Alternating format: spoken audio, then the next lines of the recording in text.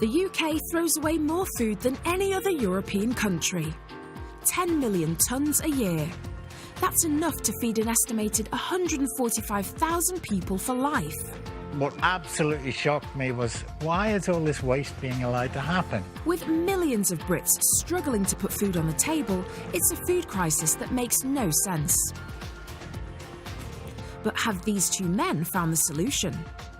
Every town, every city, every community in the country can have an operation which brings surplus food and people in need together. Can they change the food habits of a nation? By focusing on the fresh food that supermarkets and wholesalers are throwing away.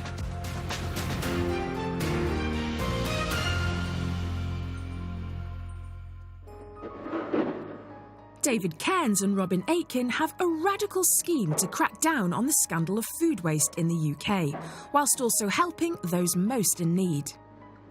We go to supermarkets and wholesalers, take their surplus food, which would otherwise go to waste, and redistribute it to charities that actually feed people. It's a brilliantly simple idea. But expanding this model across London will be the biggest task they've ever taken on. It is a huge challenge, but it's also very exciting because it's the first time we've ever actually been able to prove that we can replicate this thing. As part of their expansion, they've already got new transport. OK, we're a 3-van charity now. Oh, did you buy it? Yeah. That's exciting. And after a campaign with a local newspaper... How many responses have you had from the campaign? All in all, 600 volunteers. More volunteers than we've ever had before. They're flooded with volunteers. You're going to be picking up from Costco in Wembley. But their high profile has meant more supermarkets are now offering them fresh food waste. It's just not manageable for us to have this much. There's not enough storage. We're just sort of spilling out. There's so much waste still going on. It's like crazy. Their challenge now is to find new charities that can take the rescued food and put it to good use. Hi, I'm Robin. Hi, Robin. Nice to meet you. How do you do? How do you do, Reverend? The London project is based in a depot in Park Royal, to the west of the capital. Deputy Project Coordinator Sophie is organising the limited space in the storeroom. Slow-release protein shake. It's a new one. So much stuff sometimes you just don't even know where to put it. Giant chocolate buttons. 20,000. Part of Sophie's job is to make sure there's enough stock to supply the charities, but not so much food that it will go off. Probably wasn't actually even the most sensible place to put these, but we're just sort of spilling out. Cake, high, and surplus bread. One of the commonest surplus products in the food chain is bread. Every day, in every stall, there is fresh bread thrown away. The reason for that is because it's very cheap to make, and the supermarkets and we as consumers demand that there is fresh bread on the shelves every day. Nobody wants to buy yesterday's loaf. Any bread that can be rescued ends up at the London project. It's up to them to get it out as quickly as possible, if it's not going to end up in the bin.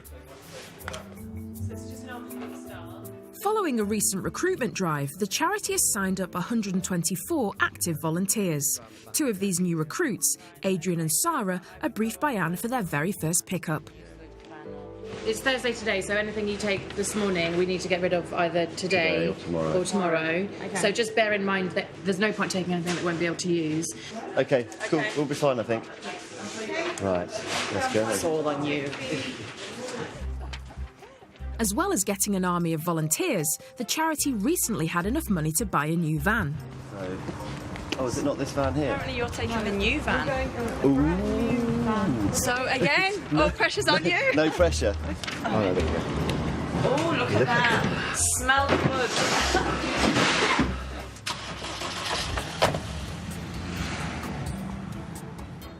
The pair are on the way to one of the project's major suppliers and are getting to grips with what they can and can't collect.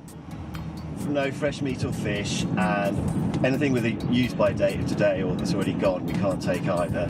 But if it's... Nothing at all? Yeah, nothing at all. So it should be pretty quick in and out, really. Yeah. When the London project started, it sent the rescued food to just 4 charities. One of the main things the volunteers have to learn is how much to pick up to keep these charities happy. They need to get it right. There we go. This is our pickup here. Okay. Part of one of the largest retail chains in the world, this branch of Costco in northwest London has been supplying the project for more than a month. And they don't deal in small portions. Oh, wow. Got some more stuff for you, yeah, and I've got some stuff in the chill as well. Okay, great. There's a few carrot cakes in there. Just a few. Thank you very much. A couple more. A lot of this stuff is really good because some of the charities, they don't have a kitchen, so some of this sort of ready-made stuff. But they keep some, don't they? do. Anyway, some of these dates are for tomorrow. I've noticed that's tomorrow. Because it's best before, then that's okay. It's the use by The when use you by. have to sort of get rid of it. There you go, I'm just going to go and get the stuff in the chiller for Okay, you. thanks very much indeed. Take a few of these. What are these? Anyway, apple pie. As the food piles up, the rookie recruits get stuck into loading up the van. But they need to be careful about how much they take. There's a lot of stuff here. There's a lot of stuff here. I mean, somebody's definitely going to have their French breakfast tomorrow.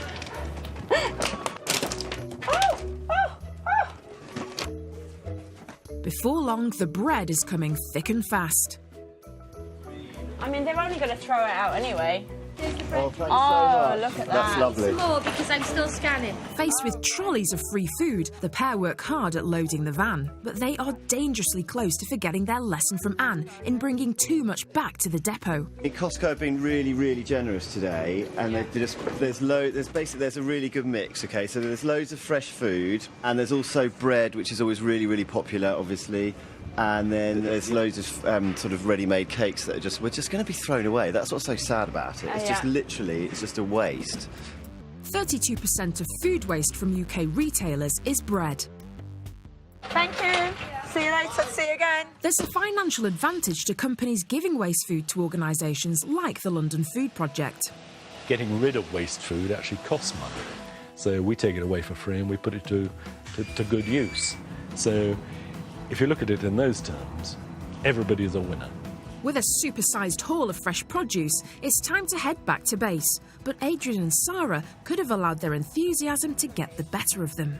Deputy Project Coordinator Sophie has only just cleared the storeroom. The last thing she wants is another load that she'll struggle to send back out. Anything that we can't send out, we have to process, throw away, and it's just time-consuming for us, and also we don't have the bin space for it at the moment. So I probably would have bought about half of this bread. At the moment, because we're so new, we're working things out really, it's just about trying to control what we bring in from the supplier, because it's really our limitations of space and capacity here where we can store it.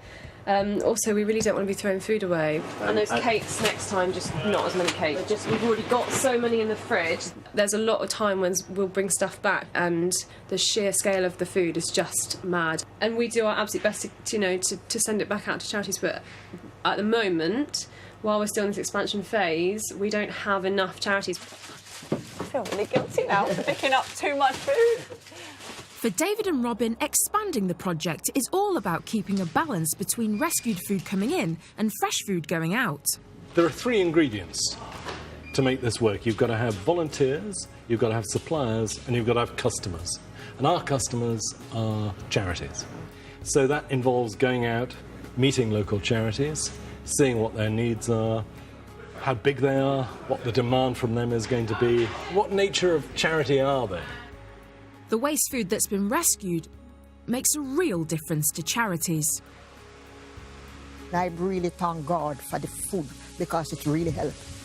Whether it's used for training in catering or communal meals. There's something very special in sharing a meal. I know it's nice to have a cup of tea, but sharing a meal, it's something more bonding. The food is always appreciated by those who need it most. Thank you very much. Until the project gets more charities like these on board, the fresh food might go to waste. Deputy Coordinator Sophie calls Robin in for a chat. I have noticed more and more now that we are retaining a lot of produce for, longer than we probably would like to. We're not delivering it as quickly as we're getting it in. We need to get some more charities on board. You've got some charities for me to go and see, haven't you? Yeah, a couple. Who am I going to go and see? Street Lights, I think, if you're going that way. Do you know what they do? Size-wise, I'm not too sure, but I know that they're a church-run operation. They prepare meals or something, Yeah, I think there's one big meal. Right, so every 2 weeks. they're more likely to want a whole range of stuff than I suppose. Yeah. A new customer for the rescued food could be the boost the London project needs. Hi, I'm Robin. Hi, Robin.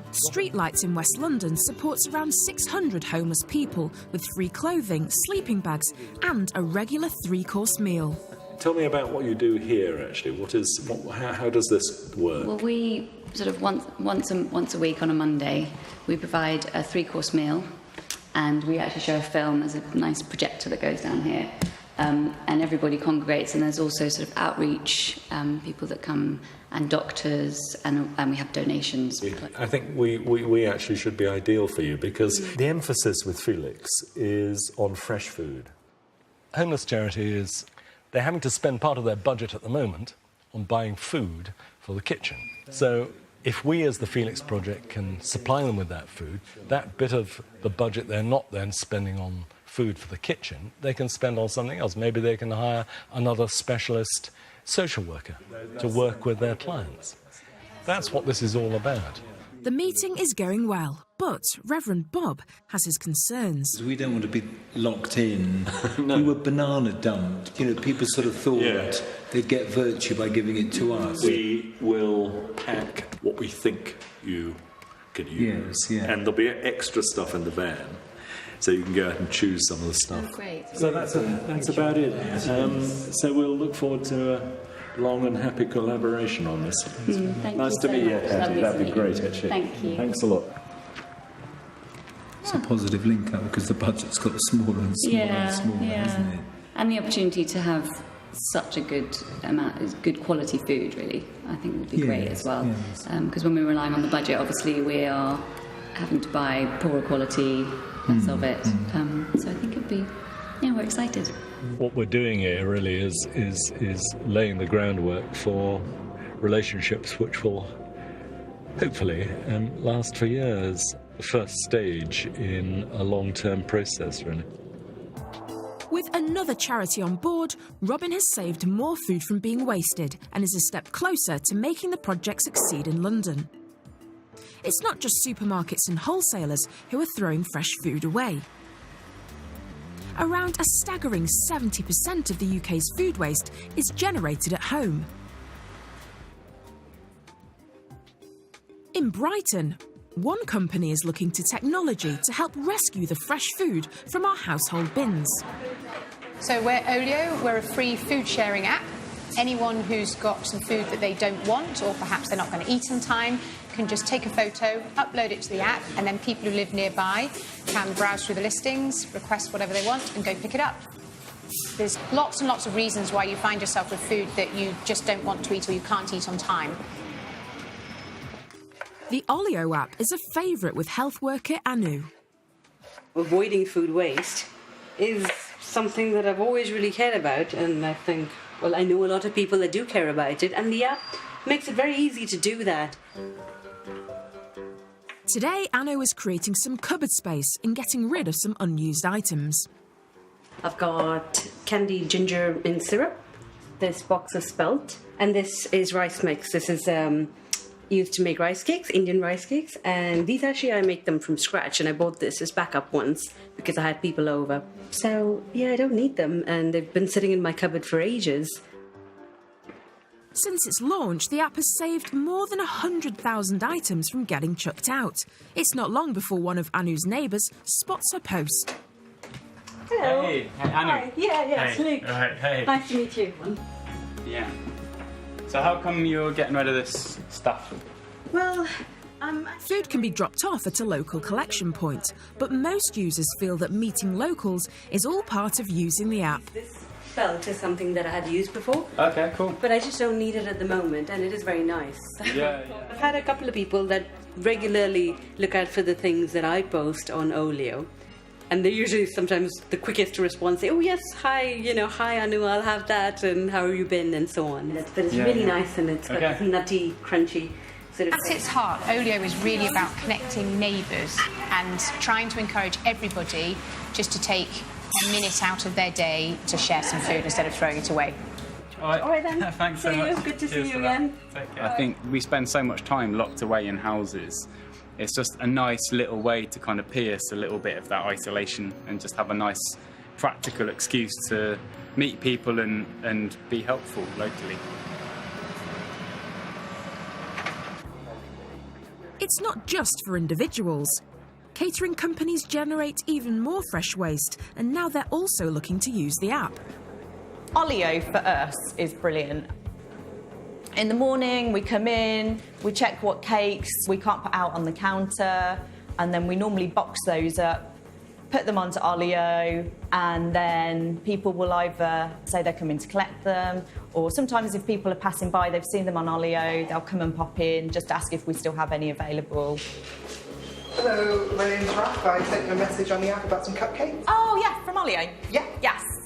And what we usually do is just ask for a small donation, and then that will go to a local charity. So it's just £1 for these, if that's okay with you. Great, thank you. Thanks so much. Have a nice evening. You too. Enjoy. Just like the market for fresh bread, for food outlets, it's essential that there's an abundance of products constantly available if they don't want to lose out on any business. It's become very competitive, so everyone overstocks, and inevitably we end up with a little bit more waste than we would have. Whether it's in the home, shop or restaurant, the app works on the same principle. Olio is all about community and getting to meet a neighbour. Every single one of us, starting today, can look in our own homes, look in our own fridges and cupboards, and actually share the food that we're not going to eat with a neighbour instead. For David, technology in the home or in the shop can help make people aware of the food they actually need. It's an education process, because it's very easy to go out in the morning and forget that you've actually got a bag of potatoes already there, or, you've already got cheese, so why buy more? So it's really getting people to actually focus on, well, what do I actually need? Changing the food habits of a nation is about changing our attitudes to the food waste that could be rescued. When you see things like that, you just think, it's just perfect quality and, best before today, but that will be fine for another few days at least. At the London Project, Sophie's finding the difficulty of dealing with fresh food is its short shelf life, and now she's got a bumper supply of bread from Costco for the volunteers to deliver. Let's prioritise bread. How many drop-offs have we got today? 2. And it's all best before today, so it needs to go out. I think this will all be solved once we've got more time to spend with the volunteers, and also the volunteers just said who are taking the food out now. The guys in the morning should really be able to see what's happening in the afternoon, because then they go, oh, actually, yeah, so they're not going to be able to take that many cakes. So it's just having like a full training process where we train them from what happens in the first shift, what happens in the last shift. The first call of the afternoon is St Peter's Church in Paddington. It supports the homeless with a weekly lunch and daily breakfast clubs, run by Jackie Hayes. It's now up to the volunteers doing the deliveries to try and shift the excess bread. Bread? Yes, please. We don't need that whole crate, though, because we don't want to waste it. We have about 30 people, so that should cover them. 2 of those would be brilliant. Thanks to a supply of free fresh fruit and vegetables, Jackie is able to provide nutritious meals and snacks. For the buffet table. Nuts would be better, actually, just on a health tip at the moment. That would be brilliant. Oh, this is fantastic, guys. It's such a great help. These guys are brilliant. I've got some flowers. They'll make the tables look really nice. Thank you. It's not just food Jackie's happy to take. Brilliant, thank you.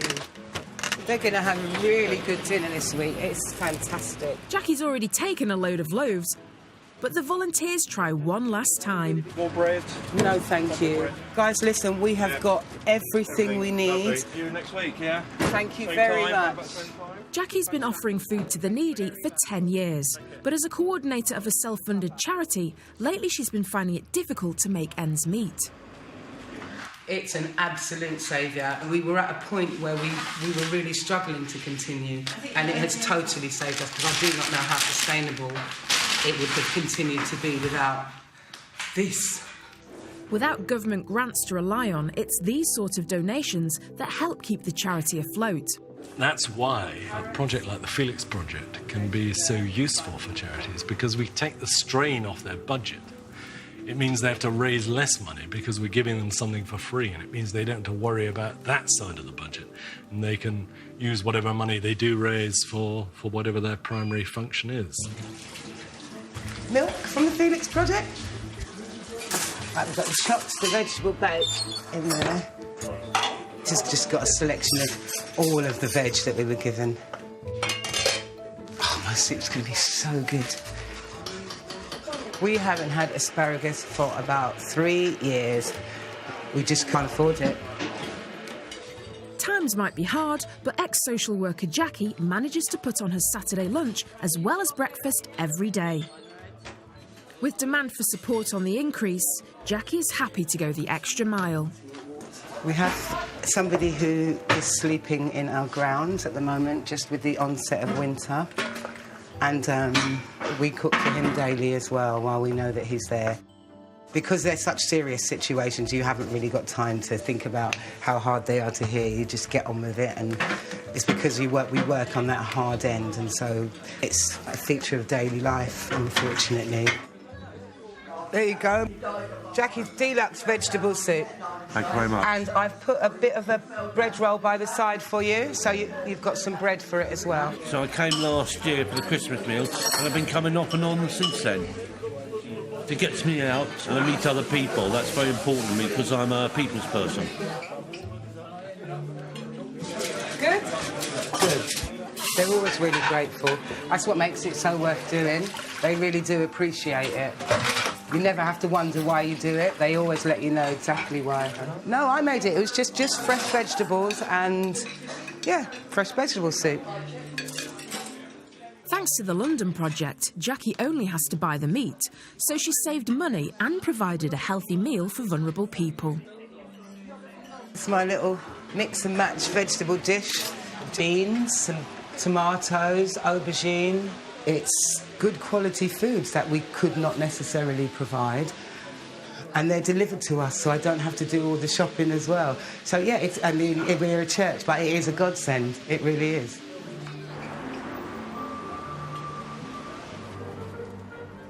The inspiration for the London Project comes from David and Robin's original model in Oxford. This was set up in 2009 to reduce food waste and get the rescued food to those who need it. It started with 4 volunteers and 6 charities. Now it has more than 120 volunteers, and their rescued food is enjoyed by 4,000 people. We have 60 charities that we deliver to routinely, and we're delivering somewhere between £1.5 and £2 million worth of food a year. And just like London, project coordinator David Kay is regularly faced with a bread mountain. This is typical of maybe 1 or 2 days' worth of bread we've got sitting here. We have a huge amount of bread going through the system. It's the one product that we really get upset about, the fact that there is so much oversupply in the market chain. But today we've got all kinds of bread, sliced bread, unsliced bread, small rolls, big rolls, and actually we can't keep up with the bread we get. If you were to ask any of our volunteers, they would put the waste of bread as #1 bugbear for sure for them. Because even though we go out and there's stacks of bread for us to take, and we take as much bread as we can, we're still leaving bread behind. And we know we can't shift all of the bread that we take. Bread may be a staple for a lot of the charities the Oxford model supplies, but it's really the fresh fruit and veg that makes the difference. For the Life charity, a balanced diet is particularly important. It was set up in 1970 to give accommodation to pregnant women in need of support. Wow, we're going to just pick these up. Sugar. Take this. We have 5 girls here at the moment. We have 4 babies and 1 lady who's pregnant and due at Christmas.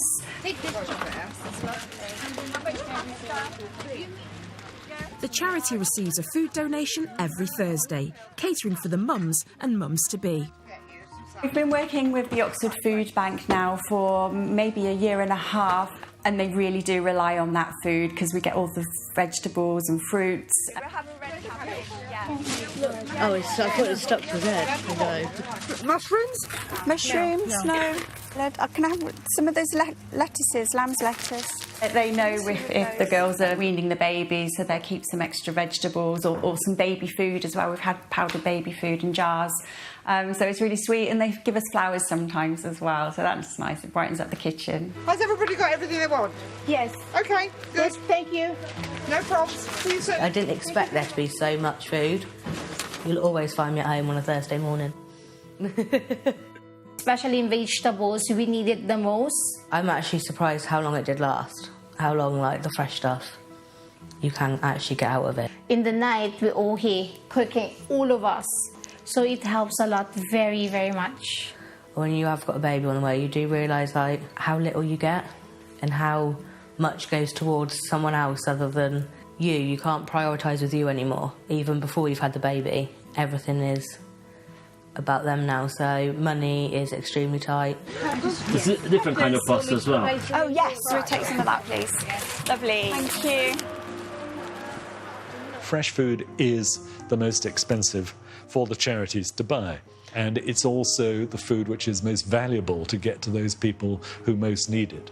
So if you can provide them with good fruit and vegetables, you're providing a very wholesome and good foodstuff for the clientele, and you're relieving them of a big cost pressure. Not having that donation once a week would be hard, because we do utilise the food really well and do baking and lots of cooking throughout the rest of the week too, so we're so grateful to have it. That's lovely. Thank you very much. Bye. Okay, see you soon. Bye. The Oxford model has been remarkably successful in getting fresh food that supermarkets and wholesalers are throwing away to those who need it most. It's this success that has inspired the London Project. In the capital, a queue of charities are now calling in, looking to take the rescued fresh food. Robin's aim is to supply the whole of the city in the next 2 years.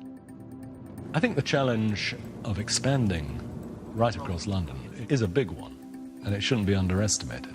I mean, there's no guarantee of success here, because that puts a big strain on what are very slender management resources of the organisation. Recently, another 2 charities have just signed up, but the project's not stopping there. Robin's visiting another potential customer to find out if they could also use the rescued food. We have an entirely open door policy. Any charity, registered charity, which has food as part of its offering, will provide food for. Hi, is it Anne, is it? Anne, hi. I'm Robin. Hi, Robin. Nice to meet you. Morning. Thanks. Simple Gifts is a charity that offers an after-school club and a weekly meal to locals. Today's after-school club day. The after-school club and our community meal are 2 core projects, really, and we're looking to expand our community meal and bring it out to people who are isolated, either just social isolation or if they're physically isolated. Food is really important. We've just found it to be a huge aspect of our community cohesion. There is a certain amount of food poverty, going around, and we've noticed even our after-school club that they appreciate it a lot when we actually serve them proper, almost mini meals and that kind of stuff. How many people do you cater for, roughly? So at our weekly lunch, we have about between 25 and 30 volunteers and guests coming. 25 to 30? Yeah. Is that 5 days a week, or how many days a week do you do that's 2 days a week. That's Tuesdays and Thursdays. Right. We often think in terms of the number of meals you might be providing in a week. Any idea? Right. I guess you'll give it 130 then. 130 meals, something like that. Yeah. Okay.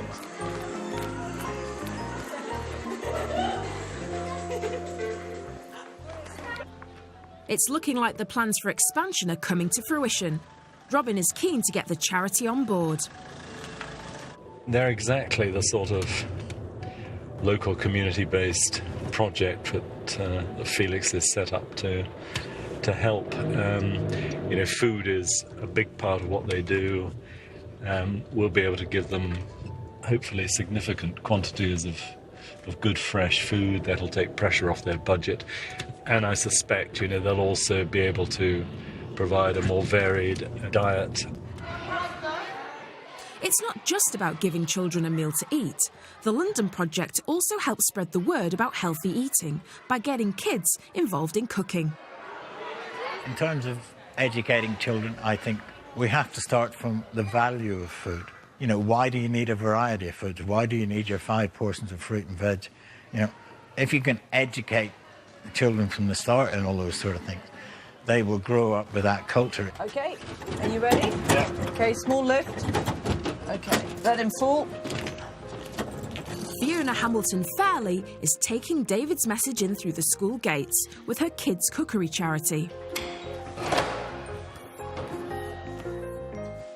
With the London Project providing her with fresh produce, Fiona is trying to get the message out there that rescued food is good food. The whole session is done with military precision. We can do anything between 3 and 4 and sometimes even 5 sessions a day. So that's up to 100 children. So organisation, timing is everything. Today, Fiona's teaching at a school in West London. They love it. They absolutely adore it. They like everything. They'd like to go home and help their mums. They learn a lot about how to cook, cut, clean, hygiene, every aspect of the kitchen. OK, I need you to tell me how many fruits and vegetables you should eat every day. Fiona also teaches the children about nutrition, hoping to educate their palates as well as their minds. You should have 1 hand. Children can't learn unless they eat well, drink well. To me, it's fundamental. It's the basis of everything. And I really do believe that a lot of our children, or many of our children, are getting sick and not having a healthy life ahead of them because of the diet. So, what do you think we are eating too much of? The red side or the green side? Red.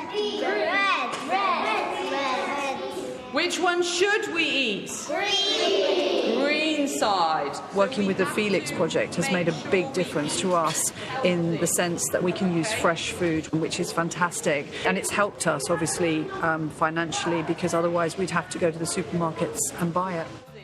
On today's menu, savoury muffins. So, we're going to crack an egg, but we're going to crack an egg in a slightly different way. Right. When you hear the egg crack, I want you to put your finger in the air. That's not a crack. Everybody's finger down.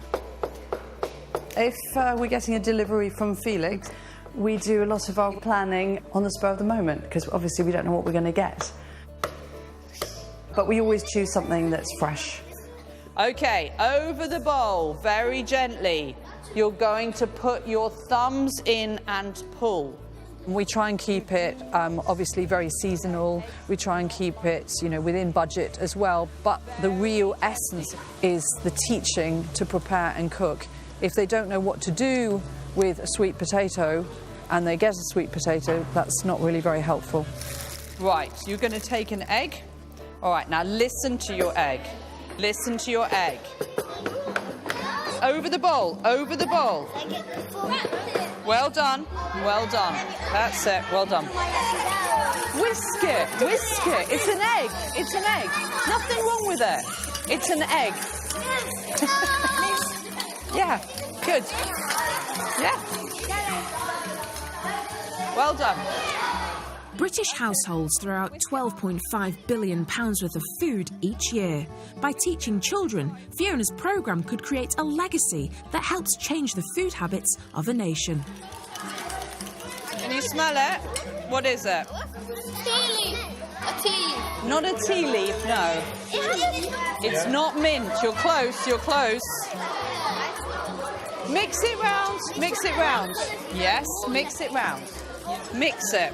Mix it. OK. OK. Right, everybody, put your fork in the bowl. OK. I am now going to load this oven. And if I don't load them into the oven, they are not going to bake. Every child should learn to cook, and I think it's the most important subject of all. I'm absolutely passionate about it. I mean, there shouldn't be any food waste in this country or any country that's wealthy. And there are a lot of people, a lot of families out there that need this food, can use this food. But I think we've also got to give them the education around giving them this food, because it's no good giving somebody food which they don't know how to prepare and cook.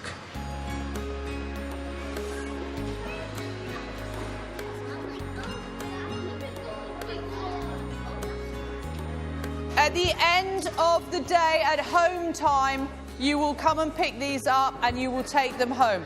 They all have your names on, so do not take somebody else's bag. But everybody did a brilliant job. As Fiona's building for the future, other charities are finding novel ways to deal with current problems. When it comes to our 10 million tonnes of food waste a year, bread is our worst offender. We throw out a staggering 24 million slices every day. Wow, this is a lot of bread. The oversupply of bread may be a huge problem, but a group of London-based wheat waste warriors have come up with a unique solution that could make your head spin. It's a craft ale brewed with surplus bread. We brew with surplus bread because there's so much of it and we want to use it up, and we want to raise awareness of the issue of bread waste and indeed more widely food waste. Much of their supply comes from sandwich shops, where the ends of the loaf are often discarded. Today they have more bread than ever. The challenge for head brewer Vanessa is to make sure it's all used up. We have changed the recipe slightly to make a bigger batch, but we never done such a big batch in this small brewery, so we'll see how it goes. Vanessa starts by adding malt to hot water.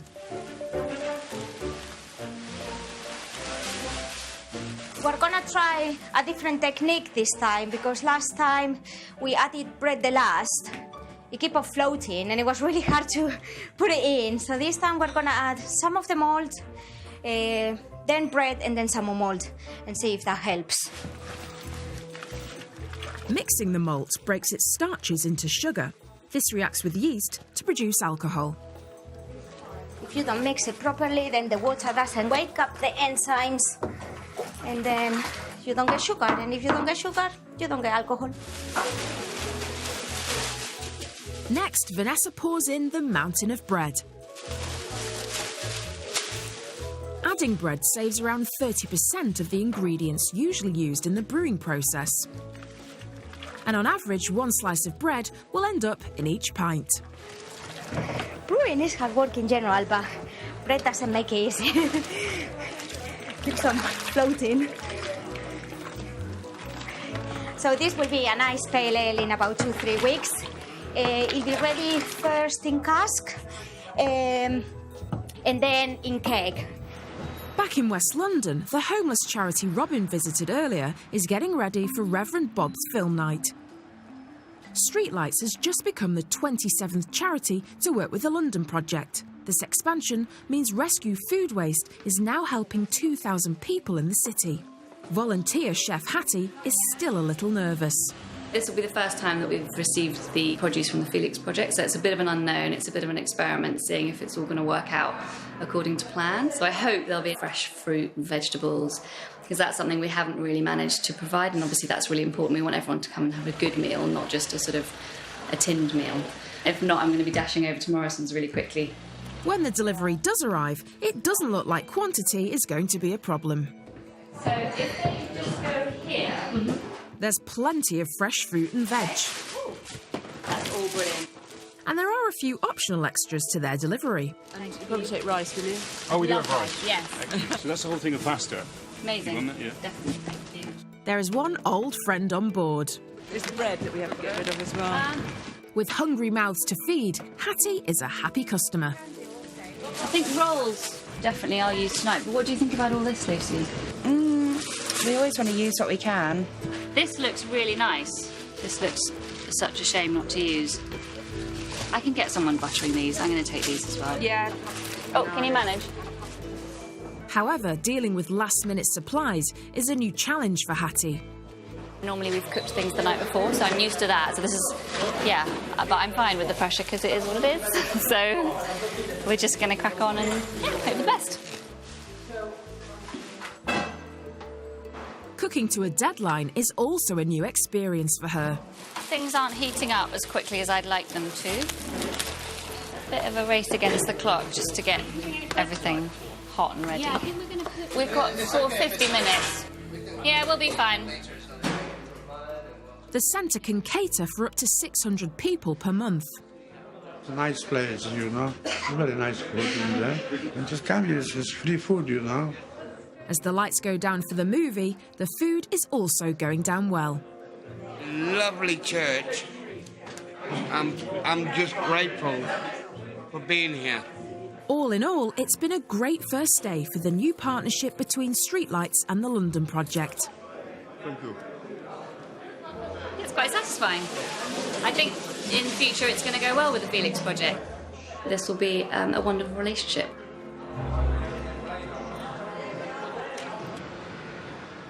Back at the Toast pub, the latest celebration of waste food is about to begin. The new ale is ready to drink alongside the commercial beers.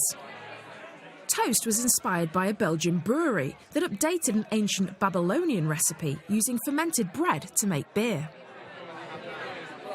What was critical was that it made great beer. If it doesn't deliver on flavour, people won't buy another beer, and we're in it for the long haul.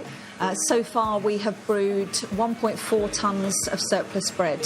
So there's a lot of opportunity. And ultimately, all profits from the sale of our beer go to Feedback, who campaign at a global level about the issues behind food waste. Toast is sold really well tonight. It always sells really well. We've sold loads of pints of it. We tend to go through like a barrel within a few days or so. People tend to like it because it is for charity, so it's almost like guilt-free drinking in a way. It's kind of cool to think that something that would have been thrown away has actually turned to something useful. Oh, people love it. Yeah, they really like it. They think the flavour is really good, but they also like the idea that they're not only drinking and enjoying a pint, but they are also doing something good for society. Whether it's drunk or eaten, there are hungry mouths for mountains of bread.